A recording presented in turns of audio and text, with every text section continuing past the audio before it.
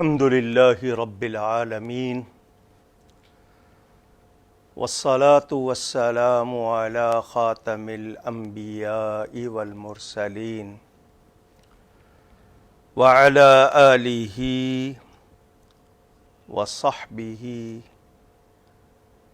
وبارك وسلم أجمعين. أما بعد، اعوذ باللہ من الشیطان الرجیم.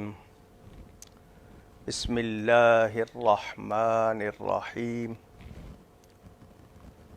وما كان اللہ لیعذبہم وانت فیہم صدق اللہ العلی العظیم. اللہم صل وسلم وبارک علی سیدنا وشفیعنا وحبیبنا ومولانا محمد وعلى آلہ وصحبہ اجمعین. الصلاة والسلام علیک یا رسول اللہ. الصلاة والسلام علیک یا حبیب اللہ. الصلاة والسلام علیک یا رحمة للعالمین وعلى آلک واصحابک یا شفیع المذنبین. ناظرین و سامعین، السلام علیکم ورحمۃ اللہ وبرکاتہ. ماہ شعبان المعظم کا دوسرا جمعہ ہے اور اسلامی جمہوریہ پاکستان کے صوبہ سندھ میں آج خاص طور پر لاک ڈاؤن ہے، جس کو مکمل لاک ڈاؤن کا نام دیا گیا ہے.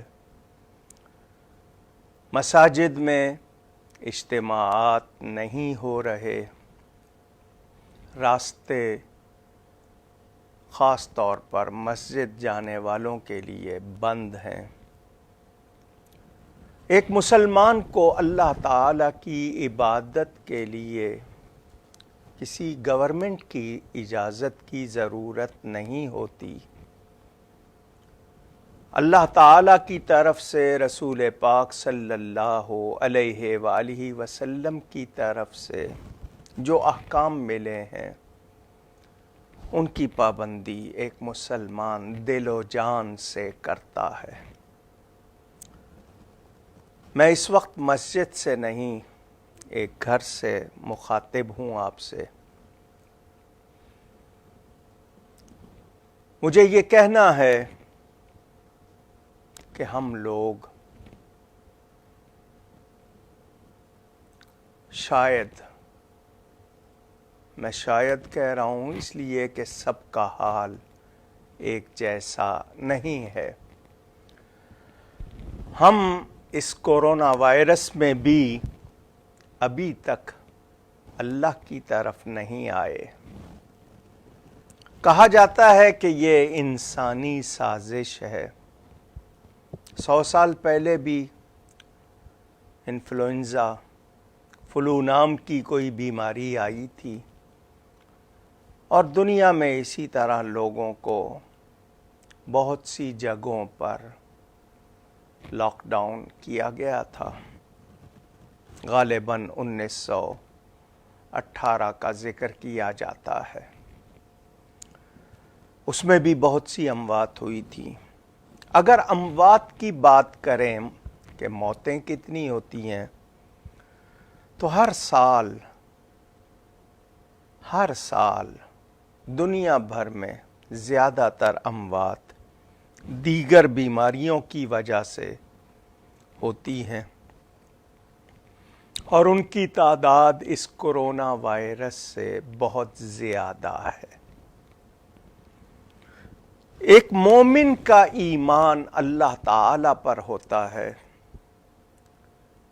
ہم مانتے ہیں کہ اللہ تعالی قادر و قدیر ہے.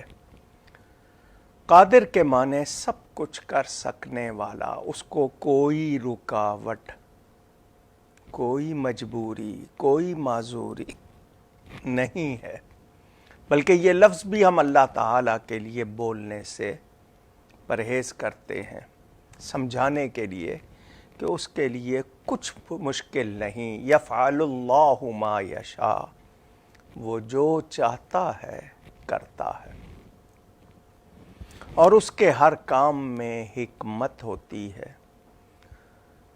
اللہ تعالی جس کا سینہ کھول دے، جس پر مہربانی فرما دے، اس کو اتنی سمجھ آ جاتی ہے. یہ ایک ابتلا، آزمائش، تنبیہ، وارننگ، عذاب کی ایک جھلک، عذاب نہیں بلکہ ایک جھلک ہے. جن انسانوں نے یہ سازش کی، اگر اللہ نہ چاہے تو وہ کامیاب نہیں ہو سکتے، مگر یہ کیوں پھیل گئی؟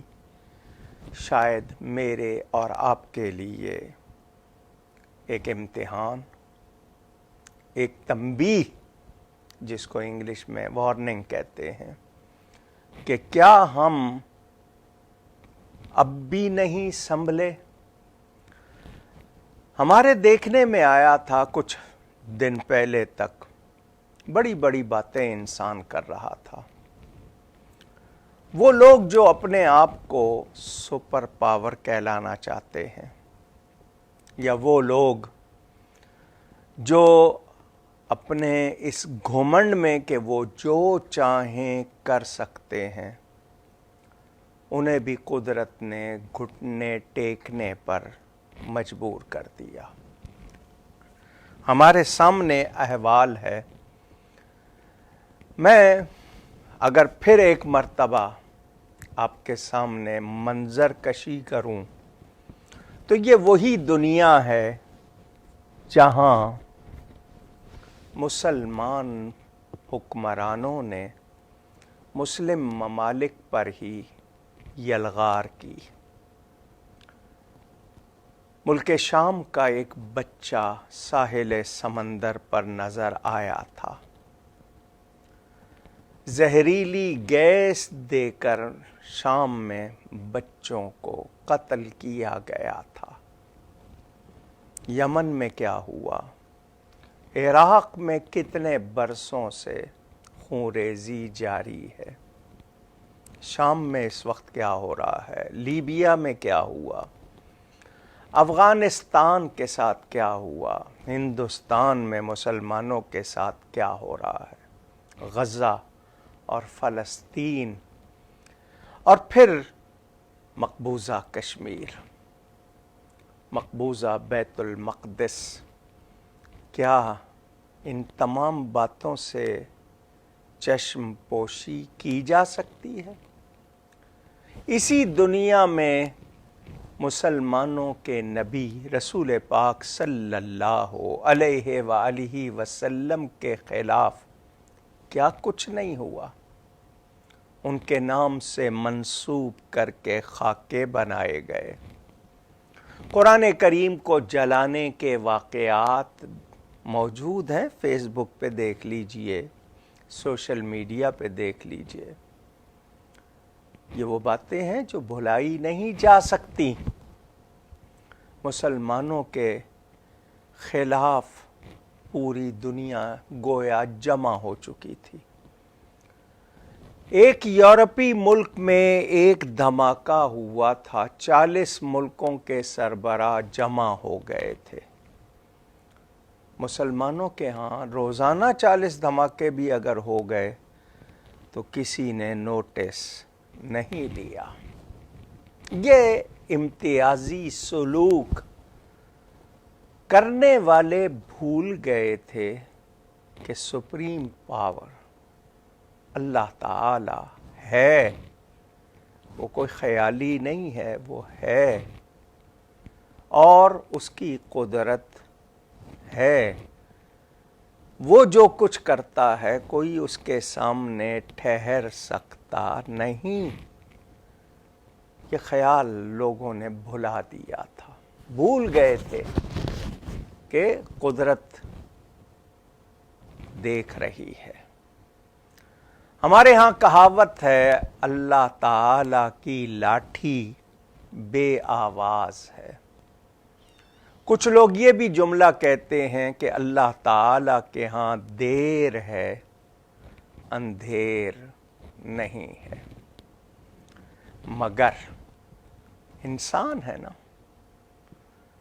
ظلومن جہولا عجولا، اسی کے لیے لفظ آئے ہیں۔ اس انسان کو تکلیف آتی ہے، خود قرآن میں ہے، اللہ تعالیٰ فرماتا ہے تکلیف تو ہمیں یاد کرتا ہے، تکلیف اٹھ جاتی ہے پھر بھول جاتا ہے۔ یہ انسان بڑی عجیب مخلوق ہے۔ اہل ایمان کے لیے میں اس وقت زیادہ بات کروں گا کہ اہل ایمان کو کیا کرنا چاہیے، کیا سوچنا چاہیے، ان کا احوال کیا ہونا چاہیے۔ اس حوالے سے میری ایک دو گزارشات توجہ سے سن لیجئے، اور وہ یہ کہ اللہ تعالی پر ایسا یقین کہ اس کی ذات واجب الوجود، یعنی اس کا ہونا یقینی بات ہے۔ کچھ لوگ اس موقع پر نامناسب باتیں کر رہے ہیں،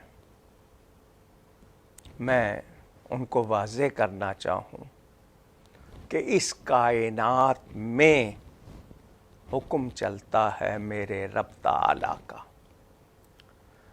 اللہ تعالی کب، کہاں، کیا، کیسے کرے گا، میں اور آپ پریڈکٹ نہیں کر سکتے، میں اور آپ نہیں بتا سکتے۔ ہاں، اللہ تعالی جس کو چاہے بتا دے۔ میرے پیارے نبی پاک صلی اللہ علیہ وآلہ وسلم اللہ تعالی کی عطا سے اپنی حقیقی حیات کے ساتھ زندہ ہیں، کوئی شبہ نہیں ہے۔ جو نہیں مانتا وہ کسی غلط فہمی میں ہے، ناسمجھی ہے اس کی، کم علمی ہے اس کی، وہ دیکھ رہے ہیں۔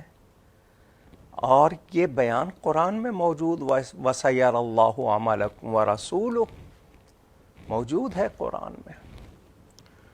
اللہ تعالی کے پیارے جنہیں ہم اولیاء کرام کہتے ہیں، وہ اللہ کے دوست ہیں، اللہ تعالی کے مددگار ہیں، اللہ تعالی کے مقرب ہیں، پیارے ہیں۔ جس جس کو اللہ نے جو طاقت، جو کمال اور جو خصوصیت، جو فضیلت، جو شان عطا کی ہے، اس کے ساتھ موجود ہیں۔ جو قبروں میں ہیں، جو ظاہری حیات میں ہیں، مگر وہ سب اللہ تعالی کی رضا کے، مشیت کے پابند ہیں۔ اس کی مشیت کے بغیر کوئی کچھ نہیں کر سکتا۔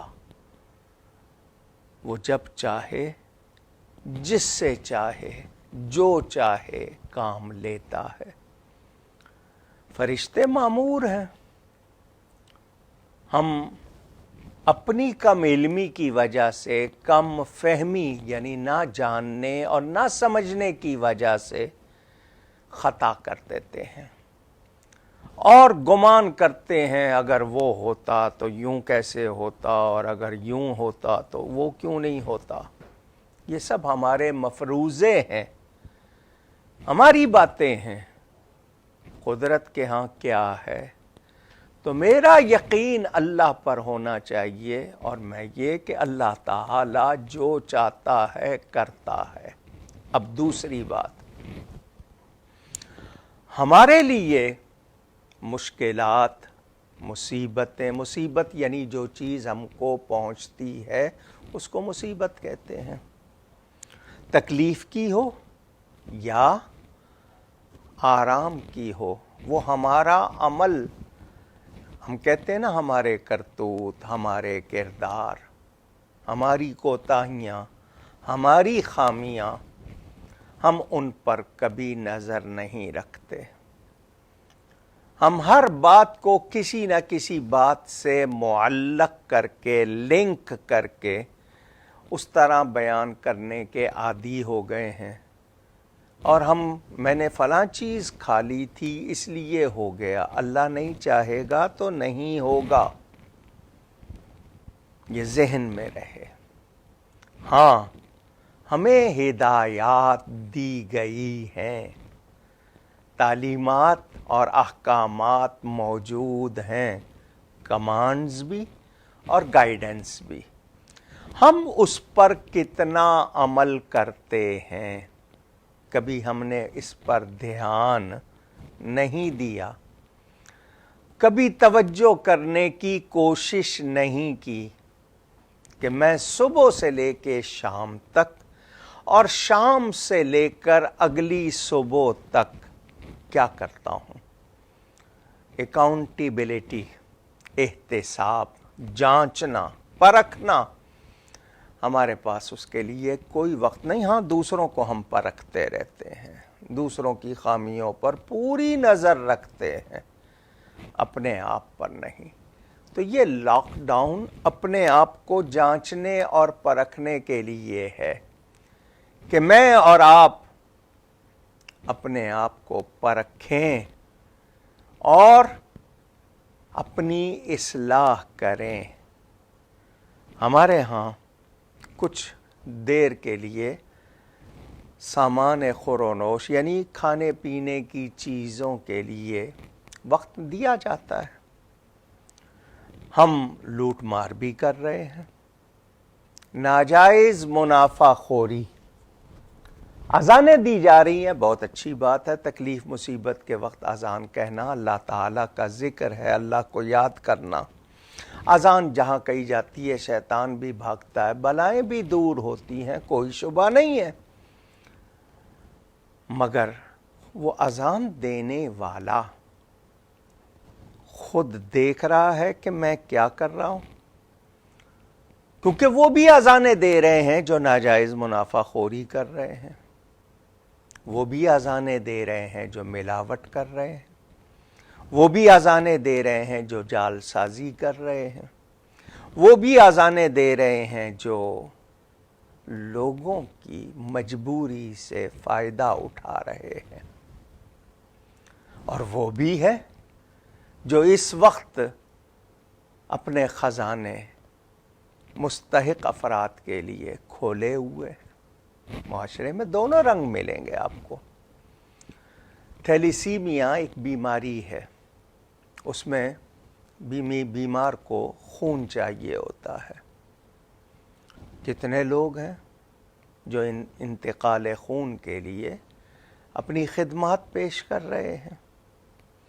کتنے لوگ ہیں جو خاموشی سے راشن یعنی کھانے پینے کی چیزیں لوگوں کو پہنچا رہے ہیں کہ روزانہ کمائی کر کے کھانے والے، جن کو انگلش میں آپ ڈیلی ویجز والے کہتے ہیں، ان کی کمائی بند ہو گئی. کتنے دکاندار کمائی نہیں کر پا رہے، نہیں پہنچ رہے، نہیں کھول پا رہے. صرف کھانے پینے کی چیزیں ہیں، دوائیں ہیں، بیکریز ہیں، سبزیاں ہیں، پھل ہیں، گوشت ہیں، دودھ وغیرہ، ان چیزوں کی دکانیں کھلی ہیں، باقی نہیں کھلی. کتنے گھر سفید پوش ہیں، پیسے پاس نہیں ہوں گے، ان کو راشن پہنچایا جا رہا ہے. کوئی ایسا بھی ہوگا کہ معمولی سی چیز دے گا اور تصویر بنا کے آپ کی یعنی غیرت کی، آپ کی عزت نفس کی پامالی کرے گا، اس کو مجروح کرے گا. اور کچھ ہوں گے جو صرف اللہ تعالیٰ کی رضا کے لیے خاموشی سے کر رہے ہوں گے، تشہیر، رغبت دلانے کے لیے کہ ہاں ہم یہ کر رہے ہیں. مقصد ان کا اگر نمائش اور دکھاوا ہے تو ثواب سے محروم ہو جائیں گے. اور قرآن کی تعلیم ہے وَلَا تُبْطِلُوا صَدَقَاتِكُمْ بِالْمَنِّ وَالْأَذَىٰ. یہ جو نیکیاں کرتے ہو احسان جتا کر یا تکلیف پہنچا کر، ان کو باطل نہ کرو، ان کو خراب نہ کرو، ان کو ضائع نہ کرو. مگر میں نے کہا نا، معاشرے میں بہت اچھے بھی ہوتے ہیں، کم اچھے بھی ہوتے ہیں، بہت برے بھی ہوتے ہیں، کم برے بھی ہوتے ہیں۔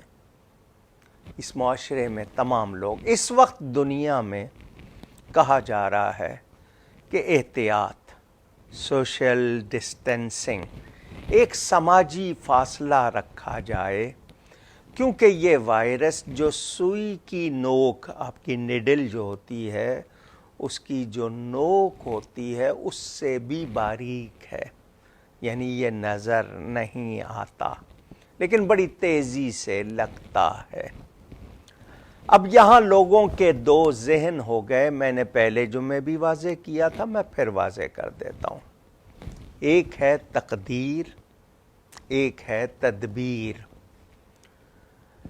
Divine order, divine fate, divine destiny, اور ہمارے میئرز، ہمارے ارینجمنٹس، ہماری پلاننگ۔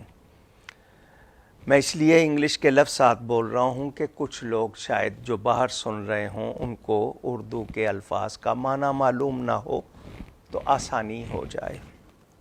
یہ اسباب، یہ جو ہم جتنے پریکاشنز لیتے ہیں، اس کو ہم تدبیر کہتے ہیں۔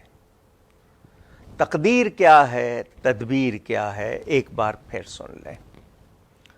میرے پیارے نبی پاک صلی اللہ علیہ وآلہ وسلم کا ارشاد، لا عدوا، یہ جو بیماری اڑ کر لگنا، یہ نہیں ہے۔ کیا مطلب؟ بیماری میں اتنی طاقت نہیں ہے کہ وہ خود سے اڑ کر لگ جائے۔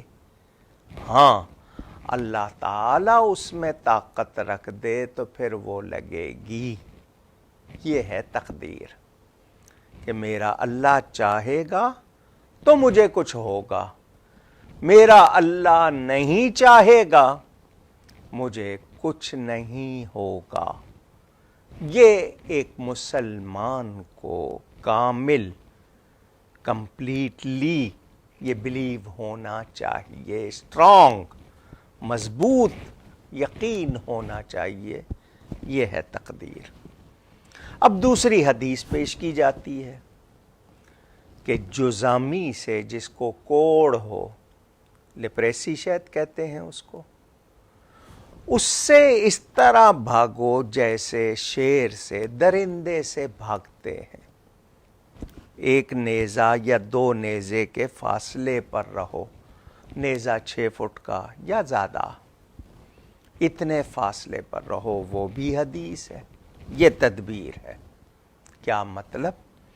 تمہارے ذہن میں یہ نہ آ جائے کہ مجھے اس کی وجہ سے لگا ہے، اللہ سے یقین ہٹ جائے اور یہ ہو جائے تو یہ گمان کا موقع نہ ملے۔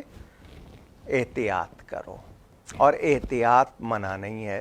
ہمارے ہاں صفائی لازمی ہے۔ الطہور شطر الایمان، آپ کے ہاں اردو میں کہا جاتا ہے کلینلی نیس ہاف فیتھ ہے، یعنی صفائی نصف ایمان ہے۔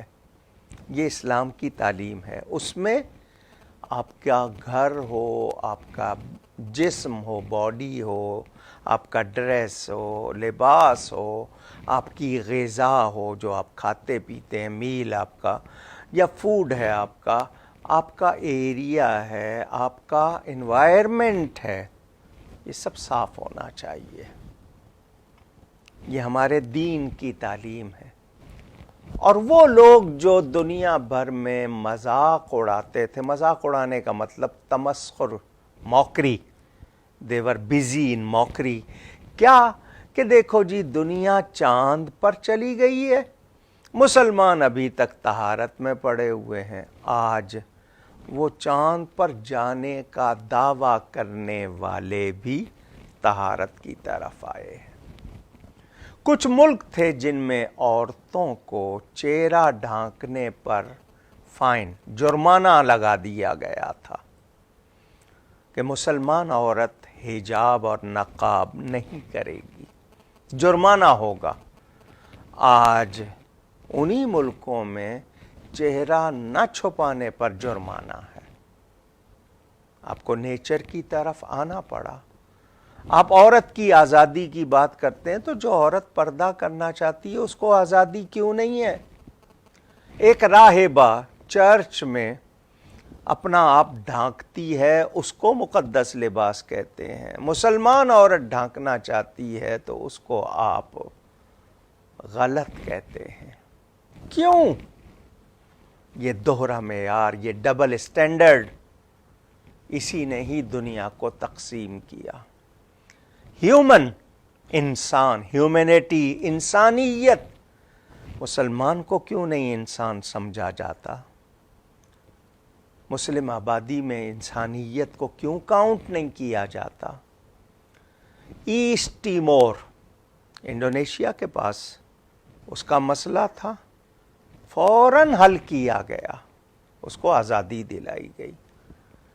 72 سال ہو گئے، کشمیر کو آزادی کیوں نہیں ملی؟ وہ جو کیپچرڈ کشمیر ہے اس کے باسیوں کا، اس کے باشندوں کا حق کیوں نہیں دیا جا رہا؟ فلسطین کو ختم کر دیا گیا. ان مسلمانوں کے ساتھ کیا کچھ ہوا وہ تصویریں آج بھی موجود ہیں. برما میں مسلمانوں کے ساتھ کیا ہوا؟ کون سی دنیا تھی جو چیخی؟ کس نے آواز لگائی؟ کون پکارا؟ مسلم حکمران آج دیوالیہ ہونے کی طرف جا رہے ہیں. ان کی سب سے بڑی کمائی آئل ہے نا، تیل ہے. اس کمائی کا کیا ہوا؟ کہاں گئی وہ سب؟ میں نے اور آپ نے کبھی ان باتوں کی طرف سرسری جی میرا کام چل رہا ہے، کسی اور علاقے میں مصیبت آئی تو ان لوگوں کو آئی ہے، میں تو ٹھیک ہوں. ہمیں یہ بتایا گیا کہ ایک مسلمان تمام مسلمانوں کے لیے اور تمام مسلمانوں سے ایک مسلمان کے لیے ایک جسم کی طرح ہے. مل کر تمام مسلمان ایک جسم کی طرح ہیں. کسی ایک حصے میں تکلیف ہو، پورا جسم تکلیف محسوس کرتا ہے، درد محسوس کرتا ہے. کیا ہمارا یہ حال ہے؟ ہمیں 2 ہفتے کا لاک ڈاؤن یا 3 ہفتے کا لاک ڈاؤن قید لگ رہا ہے، قید تنہائی. ہم تنگ آ گئے ہیں. 7 مہینے سے زیادہ ہو گئے مقبوضہ کشمیر کے مسلمان قید میں ہیں.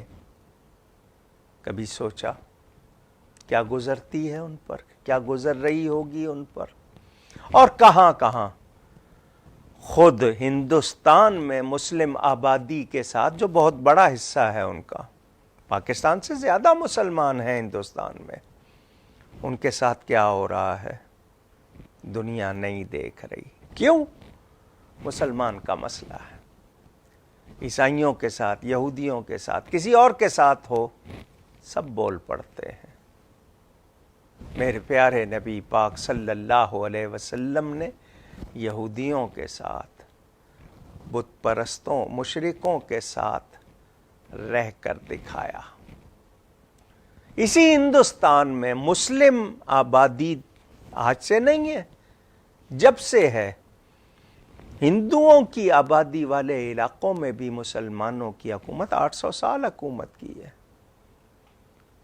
اس کی تاریخ بھی تو موجود ہے. پاکستان میں کیا غیر مسلم نہیں رہتے؟ کبھی جنگ ہوئی، آپس میں لڑائی ہوئی مذہب کے نام پر؟ مسلمان کا یہ کام نہیں ہے. مسلمان اللہ کے حکم سے جو بھی اس کا عمل ہوتا ہے، آپ کہیں گے جہاد، اس کی بھی شرائط ہیں. آپ کہیں گے دوسرے معاملات، ہم لوگ، ہمارے ہاں تو دوسرے کا دل جیتنے کے لیے خرچ کرنے کی ہدایت کی گئی ہے. پڑوسی غیر مسلم بھی ہو، بھوکا سوئے گا، ہم مجرم ہوں گے. ہمیں رواداری، حسن سلوک کی تعلیم دی گئی ہے، مگر ہم اس انتباہ، وارننگ میں بھی تفریح کر رہے ہیں. ہم نہیں سنبھلے. کل کو اللہ تعالیٰ نے بہت جلد انشاءاللہ اس سے نجات دینی ہے. بلا شبہ اللہ تعالیٰ کرم فرمائے گا، نجات ملے گی. یہی لوگ دعوے کر رہے ہوں گے ہم نے قابو پا لیا. ختم کرنے والا کون ہوگا؟ اللہ تعالیٰ. کیا ہم آج عہد کر چکے کہ اپنی زندگی کی ڈگر بدلیں گے؟ نہیں. ہم کہاں کہاں کیا کیا خرچ کرتے تھے. میں آپ کو کیا بتاؤں. میں بار بار کہتا ہوں آپ اس کو کوئی بھی سوچ کہہ لیں، لیکن میری سوچ ہے یہ کہ ناموس رسالت کے خلاف بات ہو، ختم نبوت کے خلاف بات ہو، صحابہ اور اہل بیت کے خلاف بات ہو، اللہ کے پیاروں یعنی اولیاء اللہ کے خلاف بات ہو، پکڑ ہوتی ہے. وہ جو علامہ اقبال نے بھی کہا نا، فطرت افراد سے اغماز تو کر لیتی ہے، نہیں کرتی کبھی ملت کے گناہوں کو معاف.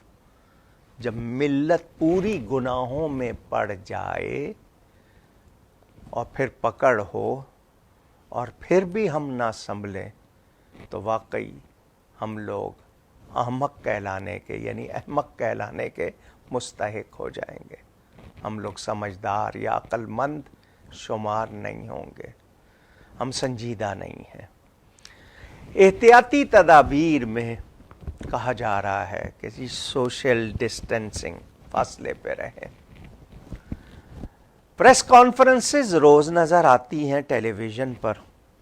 ایک شخص، اس میں سے کوئی وزیر ہوگا یا کوئی بڑا عہدے دار، اس کے ارد گرد 50 افراد، کوئی فاصلہ نظر نہیں آتا اور سب نے فیس ماسک بھی نہیں لگائے ہوتے اور ایک دوسرے سے وہ ٹچ ہو رہے ہوتے ہیں، لگ رہے ہوتے ہیں.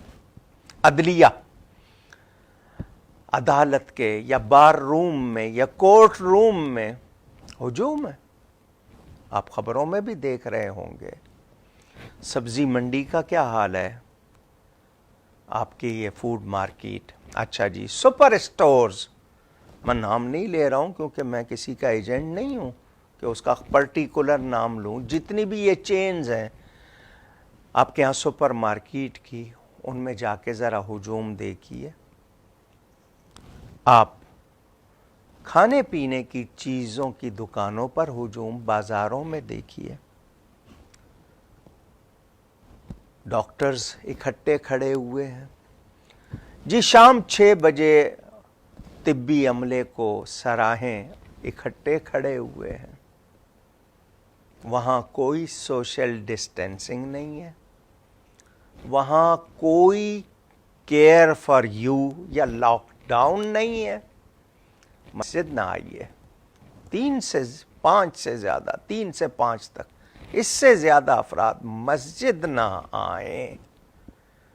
جس طرح جسمانی حفاظت کے لیے تدابیر ہیں، اسی طرح ایمان کی حفاظت کے لیے بھی کچھ اعمال ہیں.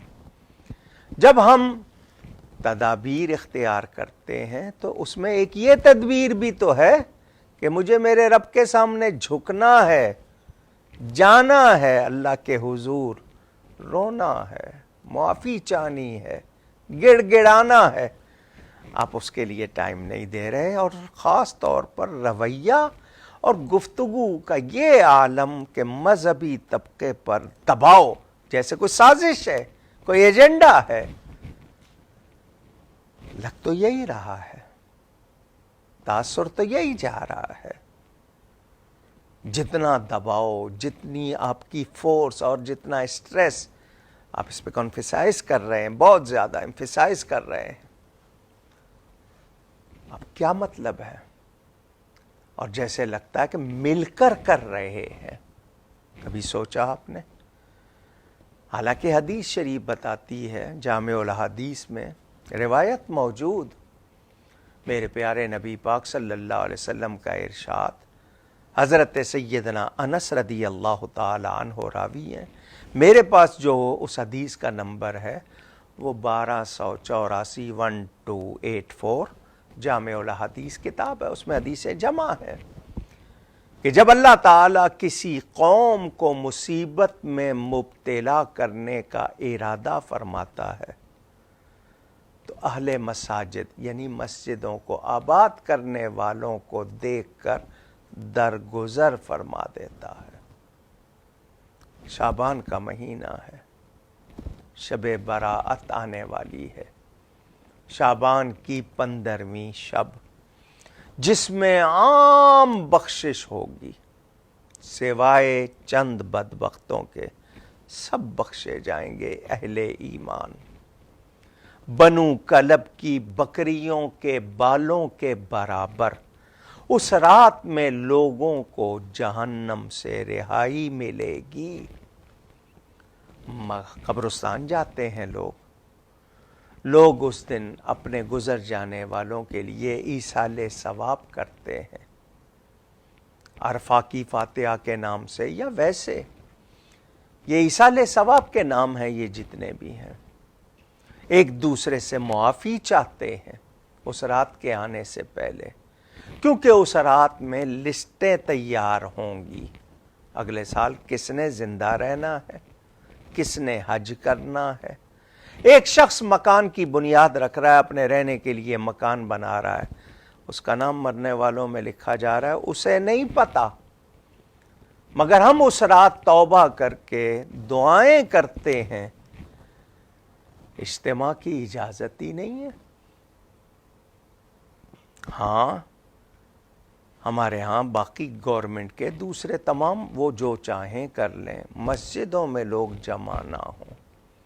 حالانکہ بازار میں جانے والا پاک صاف نہیں ہوتا، مسجد میں جانے والا پاک صاف ہوتا ہے، کیونکہ بغیر پاکی اور صفائی کے تو نماز نہیں ہو سکتی۔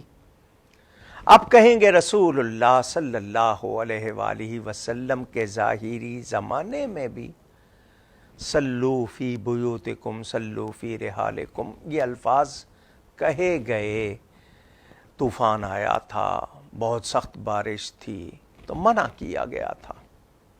کیوں؟ مسجد تک پہنچنے کے راستے میں رکاوٹ تھی۔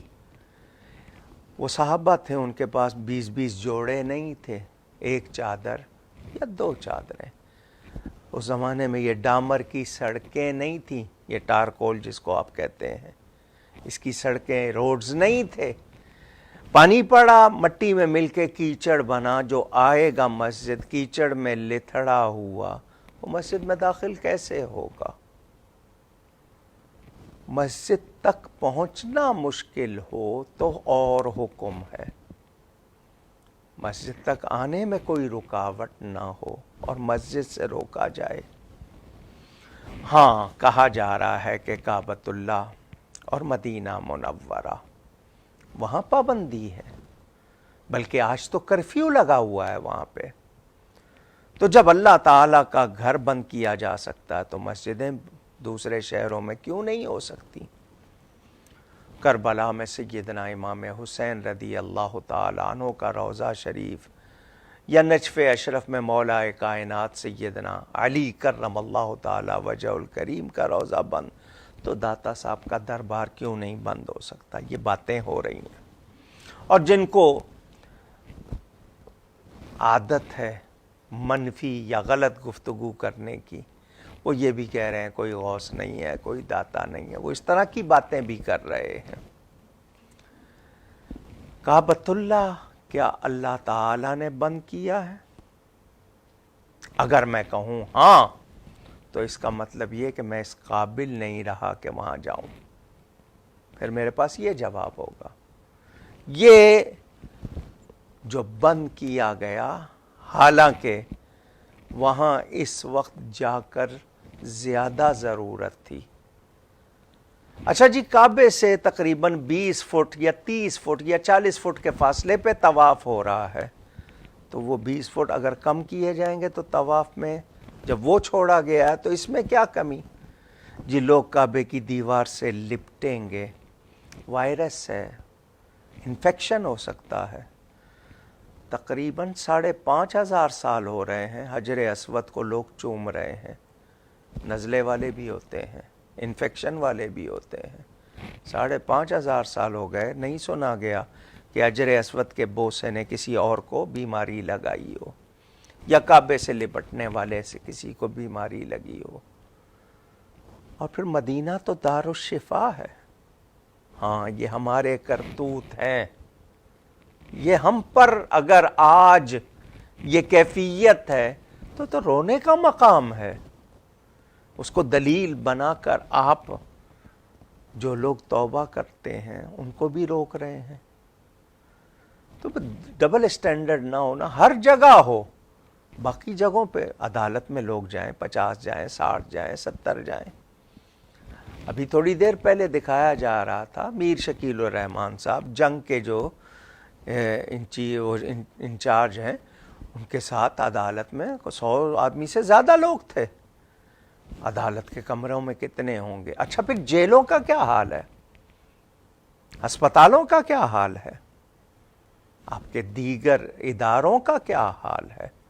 اور یہ جو سڑکوں پر جہاں جہاں راشن تقسیم ہو رہا ہے وہاں جو ہجوم ہے، میں حیران ہوں۔ صرف مسجد پر پابندی، میں احتیاط کا مخالف نہیں ہوں، میں یہ نہیں کہہ رہا میں بیٹھا ہوں، میں نے مزاحمت نہیں کی، یا میں نے کسی کو مزاحمت کے لیے کہا نہیں کہ گورنمنٹ نے پابندی لگائی ہے مگر نکلو، لاٹھیاں بھی کھاؤ، جانے بھی دو، نہیں مسجدوں کو جاؤ، ہم نے ایسا نہیں کہا۔ کیا یہ تاثر دیا جا رہا ہے، اور کیوں دیا جا رہا ہے کہ علماء شاید انسانی زندگی کو خطرے میں ڈالنا چاہتے ہیں؟ کیوں یہ تاثر دیا جا رہا ہے؟ وہ اللہ کے حکم کے پابند ہیں، رسول پاک صلی اللہ علیہ وسلم کے حکم کے پابند ہیں، وہ اسلامی تعلیمات بیان کر رہے ہیں۔ آپ اگر کہیں گے کہ نہیں جی فتویٰ منگوایا گیا ہے جامعہ ازہر سے، تو جامعہ ازہر والے کوئی زیادہ بڑے عالم ہیں پاکستان کے علماء کی؟ آپ ان کا کیلیبر یا ان کی ویکیبلری پر آپ سوالیہ نشان لگانا چاہتے ہیں؟ دنیا کے دوسرے ممالک میں مدارس یا جامعات نہیں ہیں، علماء نہیں ہیں؟ ہو سکتا ہے وَفَوْقَ كُلِّ ذِي عِلْمٍ عَلِيمٍ قرآن میں ہے، ہر عالم سے بڑھ کر جاننے والا ہے، دوسرے علاقوں میں ہوں، اللہ تعالیٰ جس کو عطا فرمائے، جتنی سمجھ عطا فرمائے۔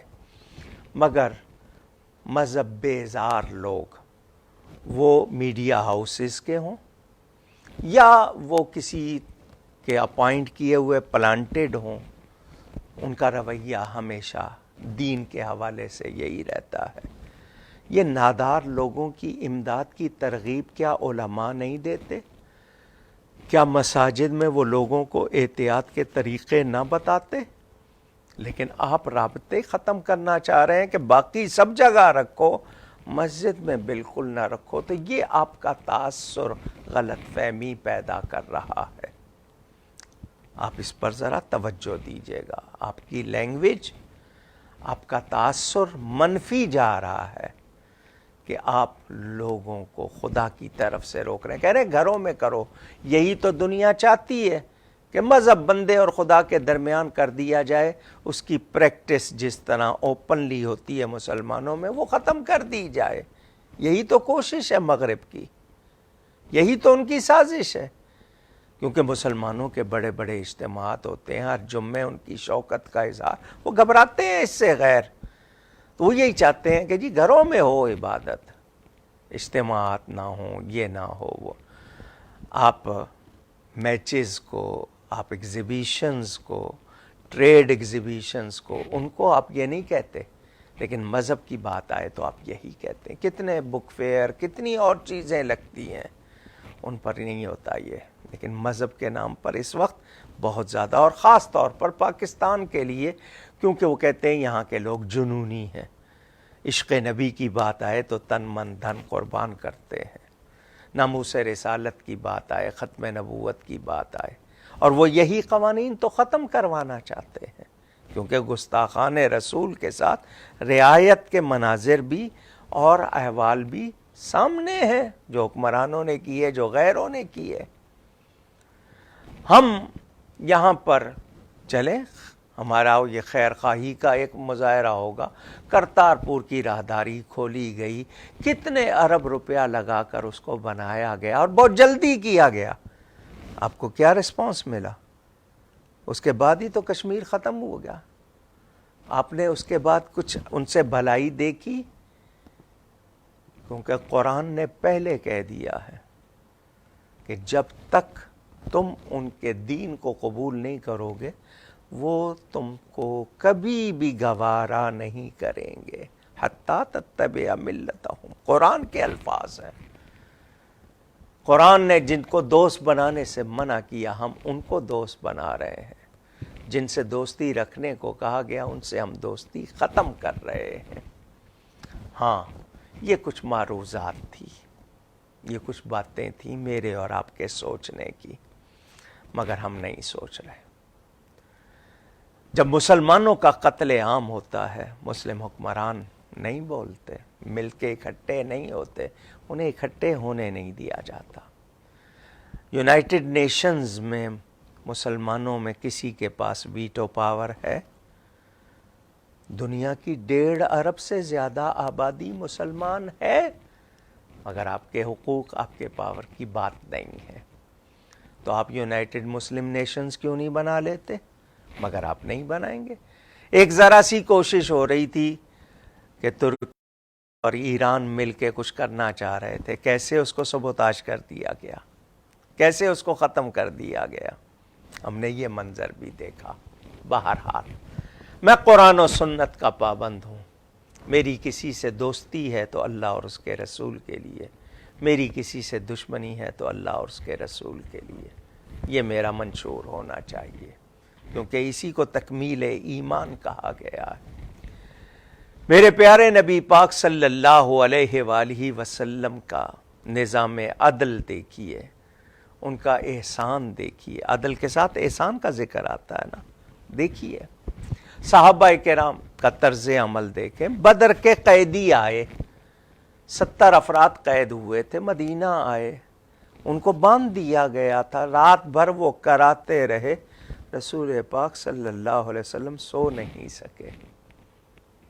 یہ مسلمان کا طرز عمل. پھر ان کے کھانے پینے کا انتظام جس طرح کیا گیا کہ انصار، مدینہ والے مسلمان خود بھوکے رہتے تھے، ان کو کھلاتے تھے.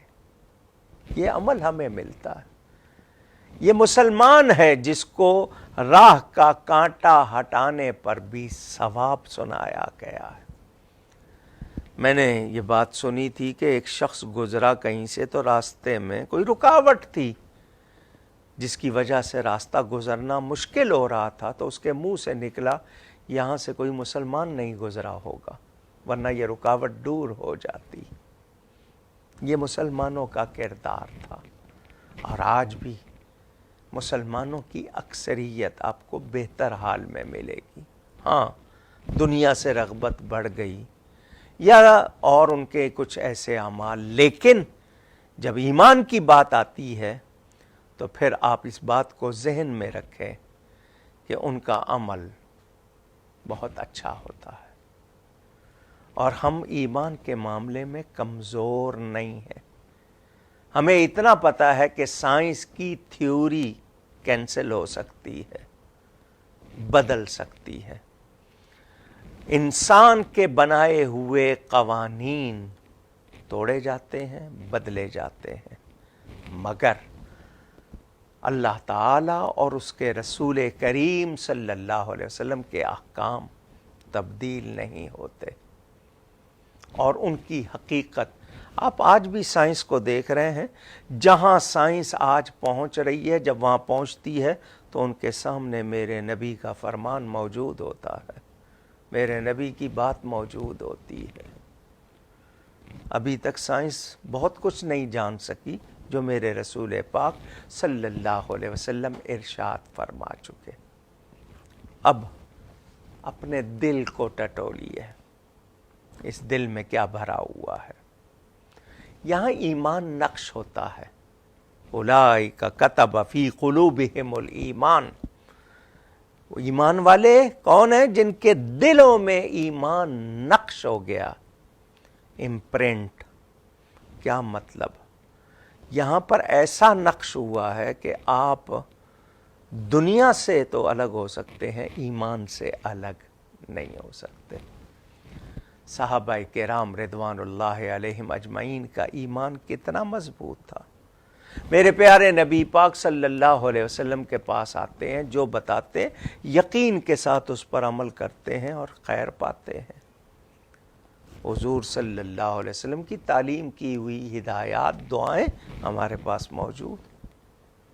یہ دعا بھی موجود ہے ہمارے پاس کہ کسی تکلیف والے کو دیکھ کے پڑھ لو گے تمہیں وہ تکلیف نہیں ہوگی۔ یقین ہونا چاہیے۔ اچھا، اب یقین کا حال سن لیجئے۔ ایک شخص آیا نبی پاک صلی اللہ علیہ وسلم کے پاس، میرے بھائی کے پیٹ میں درد ہے، فرمایا اس کو شہد ہنی کھلاؤ۔ اس نے شہد کھلایا۔ وہ آیا کہنے لگا تکلیف بڑھ گئی ہے، فرمایا شہد کھلاؤ۔ وہ پھر گیا، شہد کھلایا۔ وہ پھر آیا، تکلیف بڑھ گئی ہے، فرمایا شہد کھلاؤ۔ اللہ کا فرمان سچا، تیرے بھائی کا پیٹ جھوٹا۔ جب اللہ نے فرمایا فیہ شفاء للناس، کہ اس میں لوگوں کے لیے شفا ہے، تو یہ رب کا فرمان ہے جس نے شہد بنایا ہے۔ تیسری مرتبہ کھلایا، یقین کے ساتھ شفا ہو گئی۔ یقین۔ ہمیں آج اس یقین کو دوبارہ اپنے اندر مضبوط کرنا ہے، یہ کہیں کمزور ہو گیا ہے۔ میں اسباب پر زیادہ دھیان دینے لگ گیا۔ کلونجی، اس کو شاید کچھ لوگ کلونجی کہتے ہیں، کلونجی۔ اینجیلا سیڈز، بلیک سیڈز، حبۃ السوداء عربی میں کہتے ہیں۔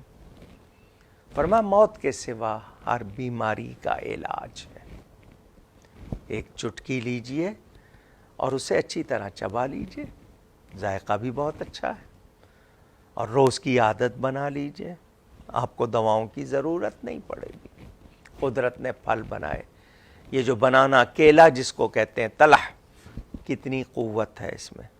اور کنگ فوڈ یعنی بادشاہ جس کو کہیں، کنگ بادشاہ کو کہتے ہیں، غذا میں بادشاہ کیا؟ کھجور، ڈیٹ۔ اس میں کتنی قوت ہے، کتنا آئرن ہے، کتنا فولاد ہے، یہ آپ کو، آپ کے امیون سسٹم کو، امیونٹی سسٹم کو جو اندر آپ کے ہے، اس کو کتنا مضبوط کرتا ہے۔ دھیان دیجئے، دعائیں پڑھیے، کوشش کیجئے، لیکن ہم لوگ توجہ نہیں دیتے۔ اچھا، اب گھروں میں ہمارا ایک عجیب سا معاملہ ہو گیا، جن کی عمریں 60-70 برس ہیں یا زیادہ ہیں، ان کے بارے میں ہمارا سلوک بڑا عجیب ہو گیا کہ یہ کمزور ہیں، ان کا اندرونی مدافعتی نظام بہتر نہیں ہے، نتیجے میں ان کے بارے میں بہت کیئرفل رہنا ہے، ان کے قریب نہیں جا رہے، یا ان کے ساتھ کچھ ایسا سلوک جو انہیں ناگوار گزر رہا ہے، یا ہم وفات پا جانے والے اس وائرس کی وجہ سے، کیونکہ یہ پھیپھڑوں میں گوند، جیسے گوند ہوتی ہے گم، اس طرح یہ جمتا ہے اور سانس لینے میں دشواری ہوتی ہے، اور اس کا پتہ فوراً نہیں چلتا، کچھ دنوں کے بعد چلتا ہے۔ تو وہ اس خیال سے ہم جو لوگ اس میں وفات پا جاتے ہیں، ان سے اچھوت والا سلوک، کہ چھوئیں گے تو بیماری ہو جائے گی، غسل نہیں دے رہے، کفن نہیں پہنا رہے، بس پلاسٹک میں لپیٹ کے بڑی بے عزتی کے ساتھ ان کے ساتھ تدفین کا معاملہ ہو رہا ہے۔ یہ ہرگز اسلام میں روا نہیں ہے، اس کی کوئی گنجائش نہیں ہے۔ میرے پیارے نبی پاک صلی اللہ علیہ وسلم نے فرمایا ہل ترزقون الا بضعفائکم، جو تمہارے کمزور ہیں نا، ان کی وجہ سے تمہیں رزق دیا جاتا ہے۔ یہ جو بوڑھے ہیں گھر کے، یہ جب گھر میں ہوتے ہیں، ان کی برکتیں کتنی ہیں آپ کو اندازہ نہیں ہے۔ آپ ان کے قریب جانے سے کیوں گھبرا رہے ہیں؟ احتیاط ضرور کریں، مگر آپ کو تکلیف نہیں ہے تو آپ نے کیسے سمجھ لیا ان کو ہو جائے گی؟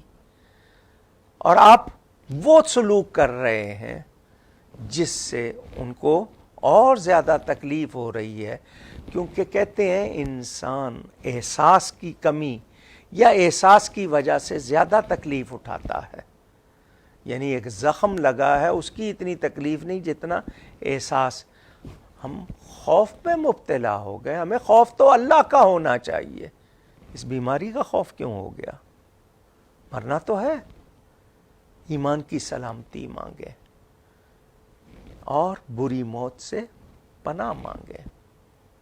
مگر ہم یہ کر رہے، ہم یہ نہیں کر رہے. میں پوچھنا چاہتا ہوں، آپ نے وہ بات تو سن لی کہ حضور صلی اللہ علیہ وسلم نے فرمایا بچو. آپ نے کہا جی دیکھو حکم ہے، پر صحابہ کرام اور خود نبی پاک صلی اللہ علیہ وسلم نے بیماروں کے ساتھ ایک برتن میں کھانا بھی کھایا، ایک دوسرے کا جھوٹا بھی پیا. یقین کامل. اللہ تعالیٰ چاہے گا تو ہوگا، ورنہ اللہ نہیں چاہے گا تو کچھ نہیں ہوگا. بلا شبہ ہم کمزور لوگ ہیں.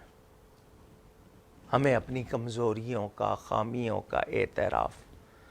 مگر ہم ایسے نہ ہو جائیں کہ ہم اللہ پر یقین چھوڑ دیں اور ہمارا سارا کچھ اسباب کے ساتھ وابستہ ہو جائے.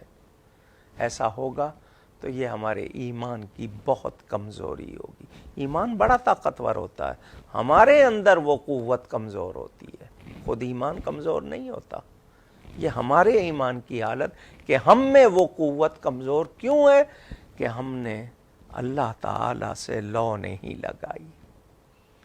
اذانیں دی جائیں، روز نماز تسبیح پڑھی جائے، مساجد میں قنوت نازلہ پڑھی جائے، استغفار کریں، قرآن کریم کی تلاوت کریں، درود شریف کی کثرت کریں، جو دعائیں تعلیم کی گئی ہیں وہ کریں.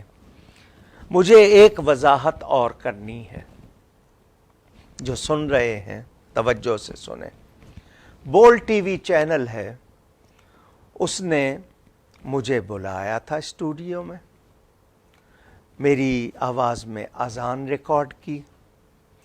انہوں نے میری ہی آواز میں دعائیں ریکارڈ کی اور با جماعت نماز بھی ریکارڈ کی 5 وقتہ. ان کا کہنا تھا کہ ہم یہ چلائیں گے.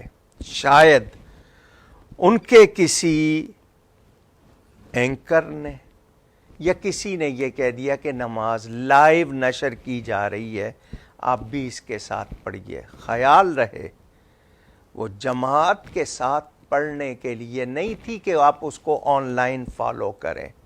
وہ صرف ترغیب دینے کے لیے تھی کہ لوگ نماز کی طرف آئیں. آپ ریکارڈنگ یا نشر ہونے والی ریڈیو ٹیلی ویژن کی نماز کے ساتھ نماز نہیں پڑھ سکتے، آپ اپنی نماز پڑھیں گے. جماعت کا قانون کیا ہے؟ ایک جگہ میں لوگ ہوں، امام بھی اور نمازی بھی. آپ کہیں گے مکہ میں تو گلیوں تک، چونکہ وہ ملتے چلے جاتے ہیں. اگر آپ کے اور دوسروں کے درمیان اتنا کہ ایک گاڑی گزر جائے 10x10 10x10 ڈسٹینس آ جائے، جماعت نہیں ہوتی ہے. اور وہ تو پھر ریکارڈنگ ہے. ریکارڈنگ کا حکم اور ہے. آن لائن وہ لائیو نماز آپ اس کے ساتھ نہیں پڑھیں گے، نہ پڑھ سکتے ہیں، نہ نماز ہوگی. میں نے یہ وضاحت اس لیے کی کہ میرے پاس بہت سے میسج آئے. ہو سکتا ہے ٹی وی چینل والوں نے کسی نے غلطی سے یہ کہہ دیا ہو کہ آئیے لائیو پڑھیے. وہ ترغیب دینے کے لیے کہ نماز کی طرف آئیے، ہرگز یہ نہیں کہ اس کے ساتھ پڑھیے. یہ میں نے واضح کر دیا. علاوہ ازیں موقع ملا ہے اپنے بچوں کے ساتھ وقت گزارنے کا، تو تربیت کے لیے آپ کے پاس وقت نہیں ہے. ہماری یہ قوم ہے کہ اسلام آباد میں ایک دھرنا تھا، ساری قوم چیخ رہی تھی تعلیم کا نقصان ہو رہا ہے، کاروبار کا نقصان ہو رہا ہے، لوگوں کو پریشانی، بیماروں کو پریشانی. وہ دھرنا سیاسی ہو، وہ دھرنا مذہبی ہو، ہم لوگ اس طرح کہتے ہیں.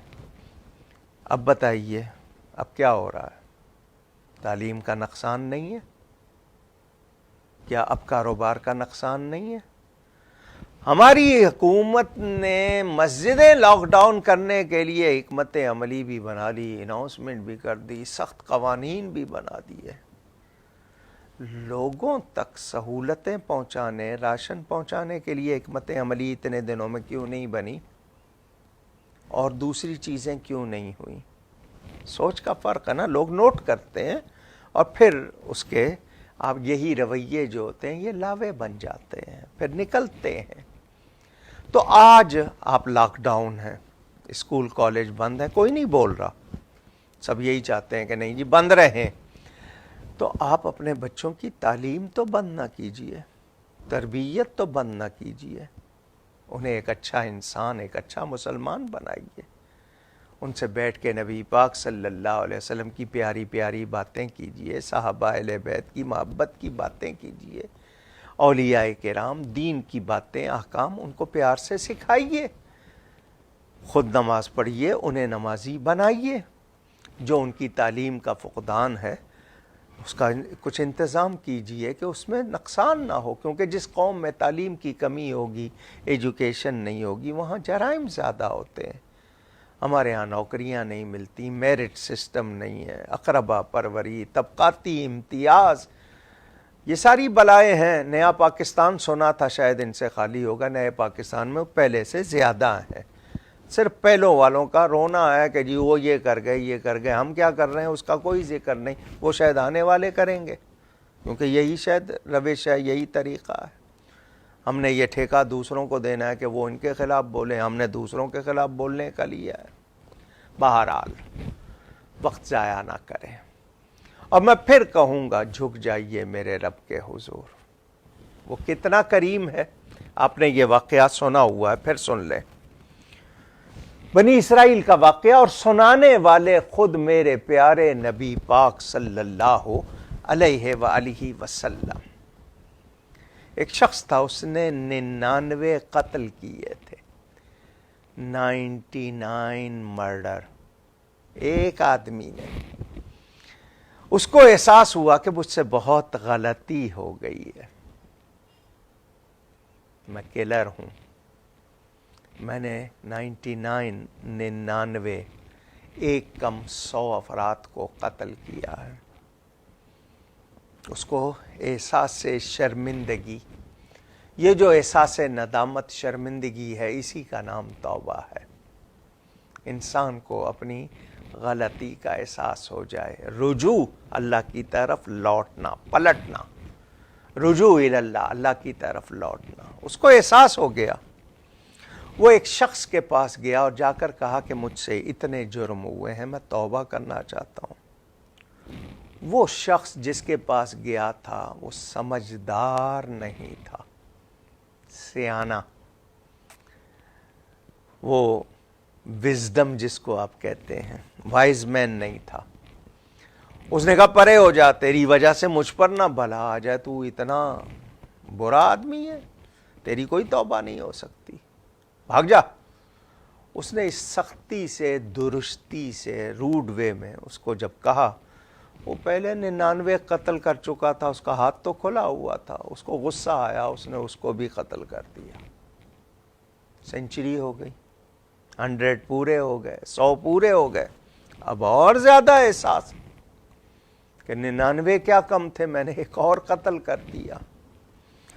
کسی سمجھدار نے اس کو کہا کہ کچھ فاصلہ طے کر کے جانا، ایک اللہ والے ہیں، ان کے پاس جا، وہ تیری توبہ بھی کروا دیں گے۔ اب یعنی توبہ کا پکا ارادہ، نیت ہو چکی، اور نیت المؤمن خیر من عملہ کے لفظ بھی موجود ہیں، اور اعمال کا دار و مدار نیت پر ہے، انما الاعمال بالنیات، یہ روایت بھی موجود۔ وہ توبہ کے ارادے سے چلا اللہ والے کے پاس کہ وہاں جاؤں گا تو میں ان سے دعا کراؤں گا، توبہ کا ارادہ پکا، نیت پکی ہے، توبہ کے لیے جا رہا ہے۔ راستے میں اس کو موت نے آ لیا، موت آ گئی۔ موت کا بہانہ بنے یا نہ بنے، ٹائم مقرر ہے، وہ کرونا وائرس سے ہو یا بغیر اس کے ہو، ٹائم مقرر ہے. اذا جاء اجلہم لا یستاخرون ساعۃ ولا یستقدمون. جب کسی کی اجل آ جاتی ہے وہ ایک آدھ منٹ آگے پیچھے نہیں کر سکتا. بہرحال یہ ایک الگ موضوع.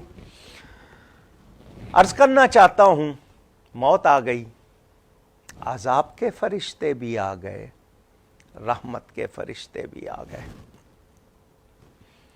عذاب کے فرشتوں نے اس کو پکڑا کہ ہم اسے دوزخ لے کے جائیں گے، اس نے 100 قتل کیے ہیں. رحمت کے فرشتوں نے کہا یہ توبہ کی نیت سے چلا ہے، توبہ کرنے کا ارادہ لے کے چلا ہے، توبہ کر چکا ہے، صرف اس کا اظہار کرنے کے لیے چلا ہے، نیت ہے اس کی توبہ کی، ہم اس کو جنت کی طرف لے کر جائیں گے. انسان کی توبہ، اس کی اہمیت کو ذرا سمجھیے.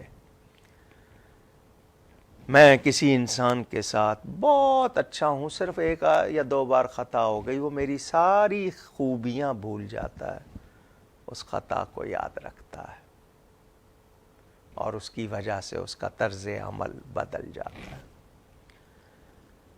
اللہ تعالیٰ کے ہاں ہم ساری عمر خطا کرتے رہے، سچی توبہ کر لیں، وہ خطائیں معاف کر دیتا ہے، وہ توبہ کو لے کر ہمیں معاف کر دیتا ہے. توبہ کو سمجھیے. میں پھر بتا رہا ہوں، جو کچھ ہو گیا اس پہ شرمندہ ہونا، ندامت، شیمفلنس جس کو کہتے ہیں، اور آئندہ گناہ نہ کرنے کا پکا ارادہ، اس کا نام توبہ ہے. صرف زبان سے توبہ توبہ کہہ رہے ہیں اور دل گناہ کی لذت سے بھرا ہوا ہے تو یہ توبہ نہیں ہے، یہ تمسخر ہے، ٹھٹا کرنا جس کو کہتے ہیں، مذاق. دونوں فرشتوں میں جب جھگڑا ہوا تو اللہ تعالیٰ کے حضور عرض کی یا اللہ کیا کریں؟ حکم ہوا جتنا فاصلہ طے کر آیا ہے وہ بھی ناپو، اس کو بھی میجر کریں، پیمائش کریں، جتنا باقی ہے وہ بھی ناپے، جو زیادہ ہو اس پر فیصلہ. دیکھیں رحمت حق بہا نمی جوید، بہا نمی جوید. شیخ سعدی رحمت اللہ علیہ فرماتے ہیں اللہ کی رحمت بہانا چاہتی ہے، بہا یعنی قیمت نہیں چاہتی. حکم ہوا جو فاصلے دونوں، جو چل آیا ہے اور جو ابھی جانا ہے، دونوں ناپے، جو زیادہ ہو اس پر فیصلہ ہوگا. کتابوں میں ہے جو فاصلہ طے کر آیا تھا وہ کم تھا، جو طے کرنا تھا وہ زیادہ تھا. اللہ تعالیٰ نے زمین کو حکم دیا، جو فاصلہ ابھی طے کرنا تھا اس کو حکم دیا سکڑ جا. یہ رب کے کام ہے، یہاں سائنس نہیں چلے گی، کیونکہ سائنس سمجھنے کا نام ہے، بنانے کا نام نہیں ہے. قدرت بناتی ہے، قدرت نے بنایا ہے سب کچھ. آپ اس کی چیزوں کو جمع کر کے کچھ کر لیتے ہیں، لیکن آپ کو مین کیا ملتی ہے؟ عقل ملی ہے، وہ بھی قدرت نے دی ہے. سائنسدان عقل کہیں سے خرید کے نہیں لایا، وہ بھی قدرت نے دی ہے. مطالعہ کائنات کو سائنس کہتے ہیں. جو زمین باقی تھی، جو اس نے طے کرنی تھی، اللہ نے حکم دیا سکڑ جا. حدیث شریف بتاتی ہے نا رات کے وقت سفر کرو، رات کو زمین سکیڑ دی جاتی ہے، فاصلہ کم کر دیا جاتا ہے. اس کو طیل ارض کہتے ہیں عربی میں. رب نے بخشنا تھا نا، حکم دیا وہ زمین سکیڑ دو، وہ زمین سکیڑ دی. جو فاصلہ طے کر آیا تھا وہ زیادہ ہو گیا، جو جانا تھا وہ کم. فرمایا اسے بخش دو. میں نے یہ کیوں بات سنائی آپ کو؟ توبہ کو سمجھیں. اچھا عمل کیا کرتا؟ بخاری شریف میں دیگر کتابوں میں روایت موجود. عورت جا رہی تھی برائی کے ارادے سے، میں برائی کا نام نہیں لے رہا ہوں، برائی کے ارادے سے جا رہی تھی، اس نے حرام کرنا تھا. سفر میں اس کو پیاس لگی، کنواں نظر آیا، اس نے پانی اتر کے پی لیا کنویں سے. جب باہر آئی یا جس طرح نکال کے پی لیا، اس نے دیکھا کہ ایک جانور زبان نکالے پیاس سے بلک رہا ہے. کتے کا نام لیا جاتا ہے، ڈاگ. یہ نیچے نہیں اتر سکتا، کوئی اور چیز نہیں ہے کہ اس کو پانی نکال کے پلایا جائے. اس نے اپنے موزے یا جراب جو بھی چمڑے کی تھی یا جوتا تھا اس کو پانی میں اتارا، اپنے دوپٹے سے باندھ کر پانی لے کر اس کو پلا دیا جانور کو۔ فرشتے کو حکم دیا گیا اس کی روح قبض کر لو اس عورت کی، کہ اس کی اس نیکی کی وجہ سے ہم نے اسے بخش دیا ہے، اب یہ گناہ کو جاری ہے، اس کی یہ نیکی ضائع نہ ہو جائے۔ ان الحسنات یذہبن السیئات، اگر گناہ بہت ہو گئے تو اب نیکیاں بہت کریں تاکہ وہ گناہوں کو مٹا دیں۔ اور التائب من الذنب کمن لا ذنب لہ، توبہ کرنے والا تائب، توبہ کرنے والا ایسا ہو جاتا ہے جیسے اس نے گناہ کیا ہی نہیں۔ یہ بھی میرے پیارے نبی پاک صلی اللہ علیہ وسلم کا ارشاد۔ تو مجھے اور آپ کو توبہ کی طرف آنا ہے۔ ایسا نہ ہو کہ حلق میں جان آ جائے اور پھر کہیں توبہ، تو وہ توبہ قبول نہیں ہوگی اور توبہ کا دروازہ بند نہیں ہوا۔ میرے گناہ جتنے بھی ہوں گنے جا سکتے ہیں، رب تعالیٰ کی رحمت نہیں گنی جا سکتی۔ مایوس نہیں کروں گا، توبہ کیجیے۔ اور ان دنوں میں نیکی، زکوٰۃ کا انتظار آپ کر رہے ہوں گے، شاید میں رمضان میں ہی دوں گا کہ وہاں 1 درہم کا ثواب 1000 گنا ملتا ہے۔ بہت اچھی بات، ایڈوانس دے سکتے ہیں۔ مثلاً آپ کی زکوٰۃ سالانہ بنتی ہے، اندازاً 1,00,000 روپیہ بنتی ہے، 50,000 بنتی ہے، آپ اس کا نصف ایڈوانس دے دیں اور جب شمار کریں گے وہ اتنا کم کر لیجئے گا۔ یہ موقع ہے مدد کرنے کا، اور مدد کرنے والے کا نقصان نہیں ہوتا۔ کتنا ملتا ہے شمار نہیں ہو سکتا۔ ہم رب تعالیٰ کی رحمت پر یقین شاید نہیں رکھتے، کبھی بھی اللہ کی راہ میں دیں گے ہاں، لیکن دیا ہوا مال جو اللہ کی راہ میں وہ صحیح ہو۔ یہاں ایک مسئلہ اور کر دوں، آپ کے پاس ناجائز پیسہ ہے، جوئے کا ہے، لاٹری کا ہے، رشوت کا ہے، بھتے کا ہے، لوٹا ہوا ہے، مارا ہوا ہے، ناجائز پیسہ ہے، آپ اسے مستحق کو بغیر ثواب کی نیت کے دے دیں، اپنے سے دور کریں۔ مستحق کو، نادار کو دیں، مگر بغیر ثواب کی نیت کے کہ مجھ سے یہ دولت جائے، تاکہ مجھ پر جو اس کا وبال ہے وہ نہ ہو۔ فوراً اس کو دور کر دیں۔ بھلے آپ جو وزیر اعظم کا فنڈ بنا ہے اس میں، کیونکہ وزیر اعظم نے دینا ہی نہیں ہے، مانگنا ہی ہے نا۔ انہوں نے جب سے آئے دیا کچھ نہیں ہے، مہنگائی دی ہے، انہوں نے پریشانیاں دی ہیں، اور اب بھی یہ کہ کچھ دینے کی بجائے مانگا ہی ہے، تو آپ ان کے فنڈ میں ڈال دیں، مگر بغیر ثواب کی نیت کے۔ خود دینا چاہتے ہیں خود دیں، ثواب کی نیت کے بغیر، کیونکہ وہ مال حلال نہیں ہے، جائز نہیں ہے۔ بغیر ثواب کی نیت کے مستحق کو دے دیں۔ تو یہ وقت ہے مدد کرنے کا، انسانی ہمدردی کا، اور مسلمان کے لیے ہی نہیں، تمام کے لیے۔ اس کا پورا کردار دیکھیں، ایک تاریخ ہے، واقعات کی بھرمار ہے، کس کس سے کب کہاں کیا کیا سلوک کیا اور کیا کیا ملا۔ نیکی ہوتی ہے، اور نیکی ضائع نہیں ہوتی جب تک ہم خود ضائع نہ کر دیں۔ یاد رہے، چھوٹی سی بھی نیکی ہو ضائع نہیں ہوگی جب تک ہم ضائع نہ کریں۔ ہمیں خیال رکھنا ہے۔ یہ دعائیں لیا کرتے تھے لوگ، اب دعائیں کرنے اور دعائیں لینے کا رواج ہی نہیں رہا۔ دعا مومن کا ہتھیار ہے۔ الدعاء یرد القضاء، دعا تقدیر کو بدل دیتی ہے۔ الدعاء هو العبادہ، دعا عبادت ہے۔ الدعاء مخ العبادہ، دعا عبادت کا مغز ہے۔ میں نے یہ احادیث آپ کو سنائی۔ دعا کرتے ہوئے بھی ہم یقین نہیں رکھتے، دھیان کبھی ادھر ہے کبھی ادھر ہے، چیزوں کو دیکھ رہے ہیں۔ اللہ سے دعا کر رہے ہیں، اپنے دل کو حاضر کر کے اس کو پکارا کریں، وہ سنتا ہے۔ اور کوئی دعا خالی نہیں جاتی، کسی کا فوراً بدل ملتا ہے، کبھی کوئی بلا ٹل جاتی ہے اس دعا کی وجہ سے، کوئی ہمارے لیے خیر ہو جاتی ہے، ورنہ آخرت کے لیے جمع ہو جاتی ہے۔ دعا ضائع نہیں جاتی، فائدہ ہی فائدہ ہے۔ اور دعا میں بخل نہیں کرنا چاہیے۔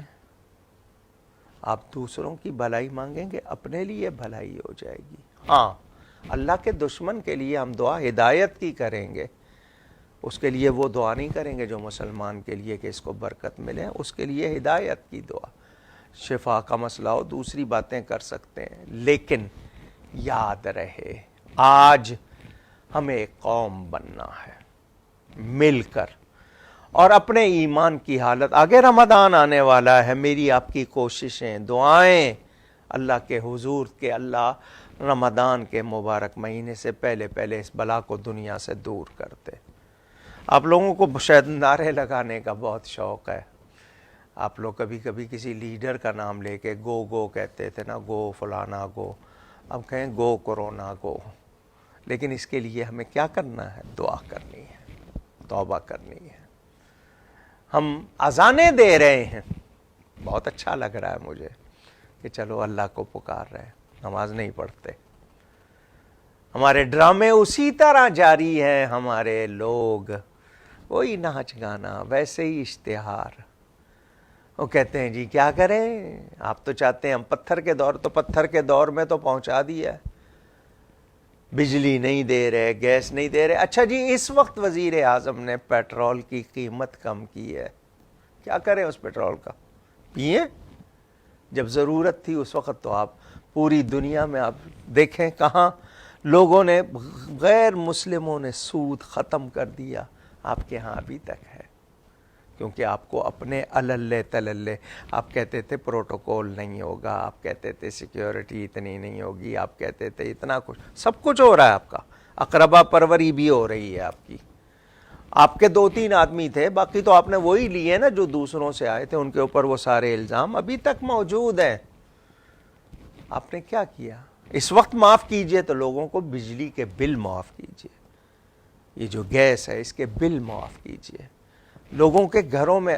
آپ کہہ رہے ہیں ٹائیگر فورس، مجھے صرف تنقید کا شوق نہیں ہے، جتنے آپ فورس لیں گے ان کو کوئی نہ کوئی خرچہ تو روزانہ کا دیں گے، ان کی جان بھی خطرے میں آئے گی، ان کو خرچہ بھی دیں گے، جتنے آپ زیادہ لیں گے اتنا خرچہ ہوگا۔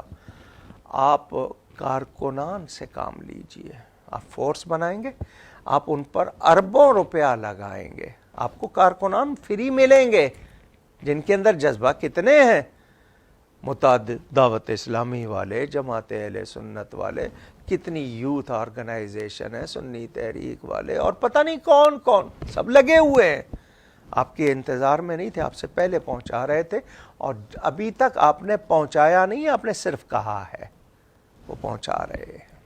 ہمارے ہاں تو چندہ کرنے کا رواج ہے نا، کتنی این جی اوز ہوں گی چندہ کریں گی، ان کو خرچ کرنا بھی معلوم نہیں کہ زکوٰۃ آئی ہے، صدقہ آیا ہے، کیا آیا ہے، اس کا کیا کرنا ہے، کتنوں کو نہیں معلوم، اور اس میں سے کتنا کھایا جائے گا، اور جس کو مقرر کریں گے اس کی تنخواہ بھی اسی میں سے دیں گے، سب کچھ کریں گے۔ ہمارے ہاں تو میں نے کہا نا، سدھرنے والے سدھرتے ہیں، اور باقی لوگ اور زیادہ ایسے موقعوں کے انتظار میں ہوتے ہیں، اپنے اوپر وبال بڑھاتے ہیں۔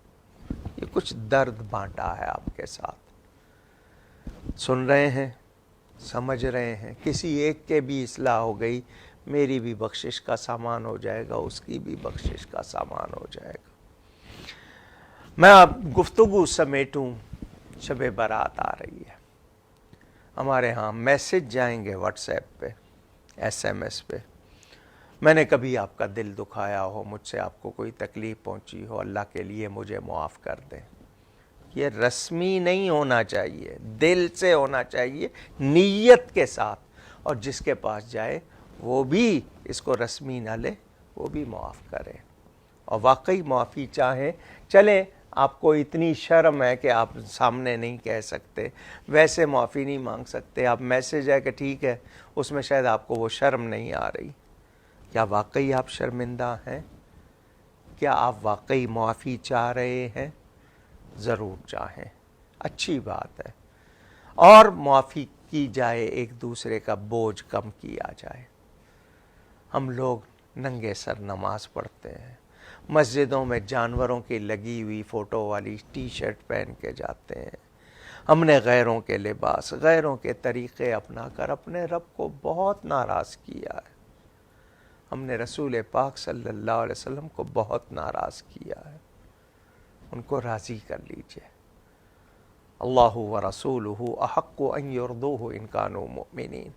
اللہ اور اس کے رسول کا حق زیادہ ہے ان کو راضی کیا جائے اگر تم ایمان والے ہو، ان کو راضی کرے۔ گستاخی اور گستاخوں سے بچیں، بے ادبی اور بے ادبوں سے بچیں، حاسدوں سے اور حسد سے بچیں، شریروں سے اور شر سے بچیں۔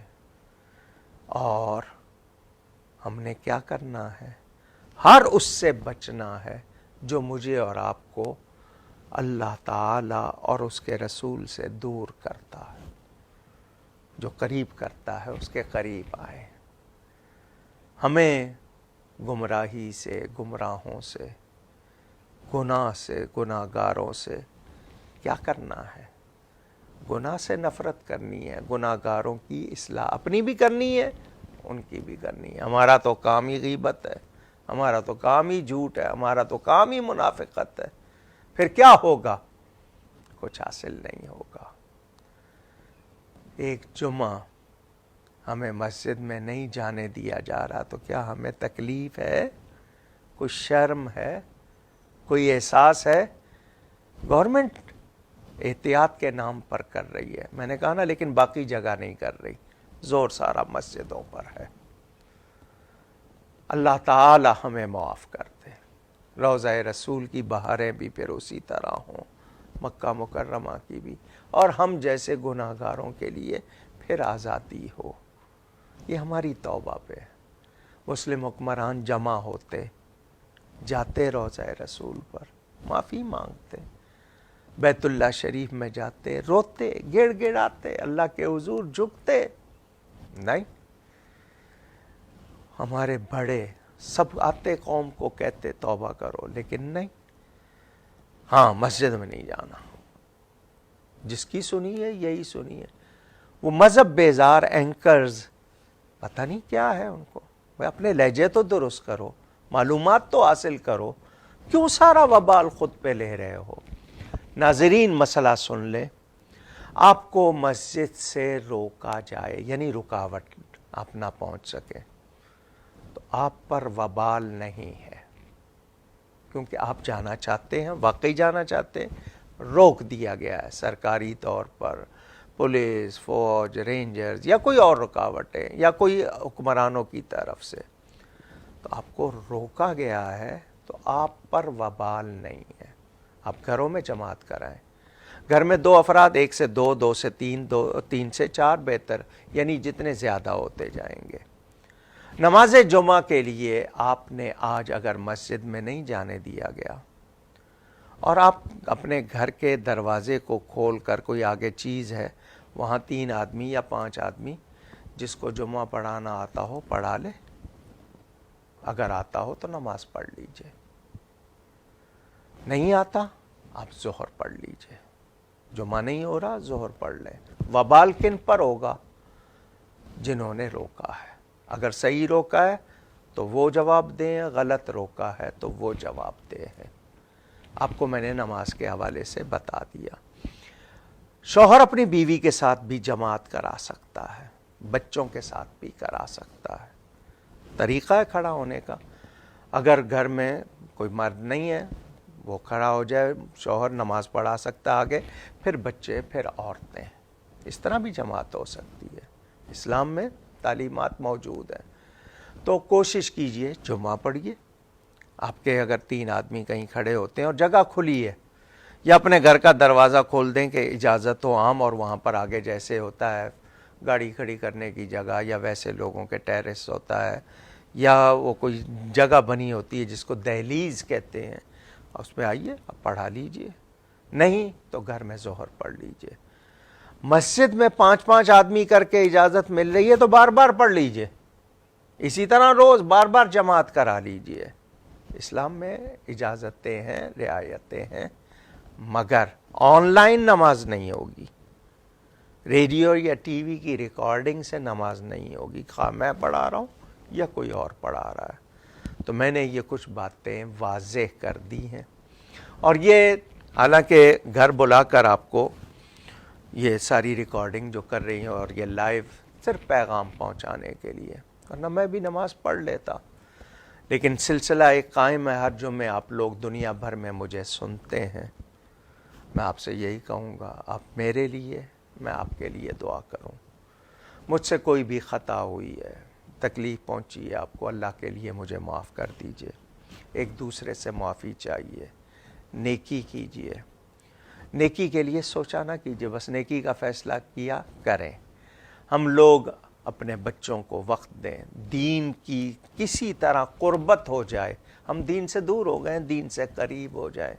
یہ لاک ڈاؤن دنیا کے لیے، دین کے لیے نہیں ہے، یعنی ہم دین کے قریب آئیں، زیادہ معلومات حاصل کریں، اور اتنے مضبوط ہو جائیں کہ ہم پر وہ حکمران آئیں جو ہمیں اللہ کی طرف بھیجیں، مسجدوں سے نہ بھگائیں، مسجدوں کی طرف بھگائیں، اور ہم بھی مسجدوں سے نہ بھاگیں، مسجدوں کی طرف بھاگیں، اولیاء اللہ کے مزارات پر جائیں، وہ دعاؤں کی قبولیت کی جگہ ہیں، اور روزانہ رسول اللہ صلی اللہ علیہ وسلم کی بارگاہ میں عرض کیا کریں، حضور آپ کے امتی ہیں، گناہ گار ہیں، نالائق ہیں، معافی چاہتے ہیں، آپ اللہ کے حبیب ہیں، اللہ تعالیٰ آپ کی بات کو نہیں ٹالتا، اس کو بہت پیار ہے آپ سے، ہمیں معافی دلوا دیجئے، خود بھی راضی ہو جائیں، ہمارے رب کو بھی ہم سے راضی کروا دیں۔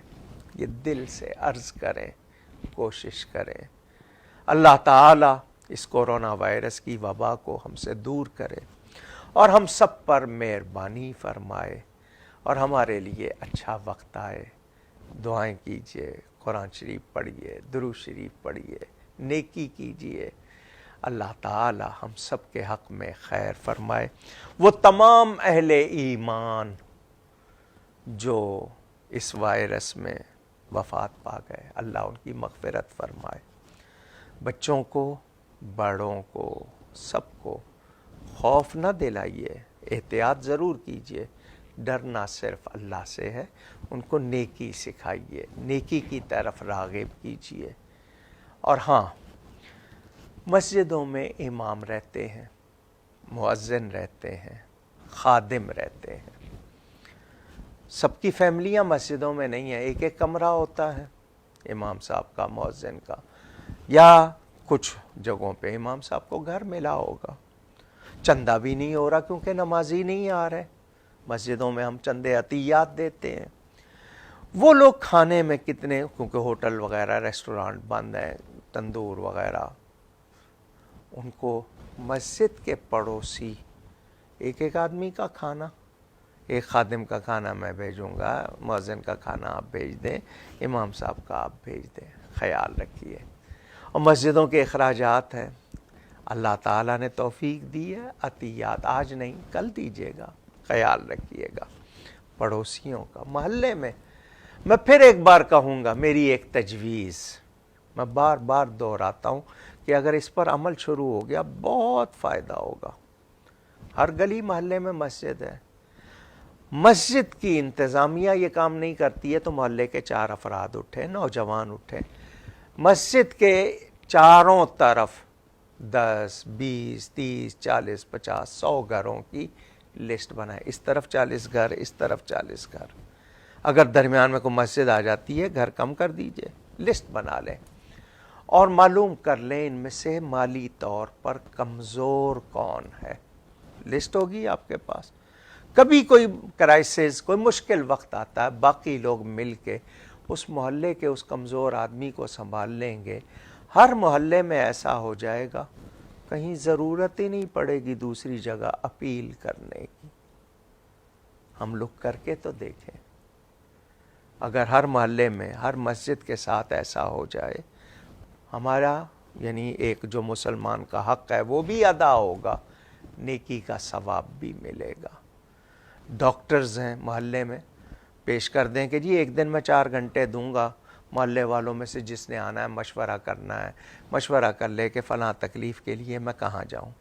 وکیل ہے، قانونی مسائل میں اس طرح ایک ہفتے میں 1 دن دے دے، 4 گھنٹے دے دے، مدد کر دے۔ لوگوں کے معاشرتی مسائل ہیں، لڑائیاں، ناچاکیاں، کشیدگیاں، محلے کے چند بڑے بیٹھ جائیں، جی ہم 1 دن بیٹھیں گے 4 گھنٹے، لوگوں کے درمیان صلح کروائیں گے، ان کے مسائل حل کریں گے، تو ہماری مسجدیں اسمبلیاں بن جائیں، ہم لوگ ایک دوسرے کے خیر خواہ ہو جائیں۔ یہ جو باہمی جوائنٹ ہونا، ایک دوسرے سے جڑنا، بہت فائدے ہوتے ہیں۔ میں بھی اور آپ بھی کوشش کریں۔ ایک بار پھر اپنی تمام خطاؤں کی معافی چاہتا ہوں۔ گفتگو میں مجھ سے کہیں کوئی غلطی ہوئی ہو، اللہ کی بارگاہ میں توبہ کرتا ہوں۔ یہ آج پہلا مرتبہ کہ کراچی میں موجود ہوں اور جامع مسجد گلزار حبیب میں، حالانکہ پچھلے جمعے میں نے بغیر اجتماع کے وہیں سے خطاب کیا تھا، اور آج مکمل لاک ڈاؤن، اور خاص طور پر دینی طبقے کے لیے کہ اس کو نہیں جانے دینا، باقی چلے جائیں گے، لوگ گزر جائیں گے، دینی طبقے پر خاص سختی۔ حالانکہ میں نے کل کوشش کی تھی مجھے وہاں جانے کی اجازت مل جائے، لیکن ایسا نہیں ہوا۔ اللہ تعالی ہمیں معاف فرمائے، یہ مشکلیں دور فرمائے۔ تو رابطہ آپ سے رکھا ہے، آپ سے دعائیں چاہتا ہوں، آپ سب کے لیے دعائیں کرتا ہوں۔ اللہ تعالی کرم فرمائے۔ بہت شکریہ۔ میں نے پھر بتایا، ابھی تک اگر آپ نے نماز نہیں پڑھی ہے، جہاں جہاں جمعے کا وقت ہے، اگر آپ گھر کا دروازہ کھول کے باہر کا حصہ ہو جائے، کیونکہ اذن عام 3 آدمی ہیں، کسی کو خطبہ دینا آتا ہے، جمعہ پڑھ لیجئے، ورنہ آپ ظہر کی جماعت کرائیے یا ظہر کی نماز پڑھیے۔ لیکن دعا کرنی ہے کہ اگلا جمعہ ایسا نہ ہو، ہمیں مضبوط ہونا ہے، اور اس درمیان ہمیں اللہ تعالی سے اور زیادہ قریب ہونا ہے۔ یہ لاک ڈاؤن دنیا سے لگا ہے، ہم اللہ کے ساتھ ایسا اپنا تعلق جوڑ لیں کہ کوئی بھی ہمارے لیے لاک ڈاؤن نہ لگا سکے۔ بہت شکریہ۔ والسلام علیکم ورحمۃ اللہ وبرکاتہ۔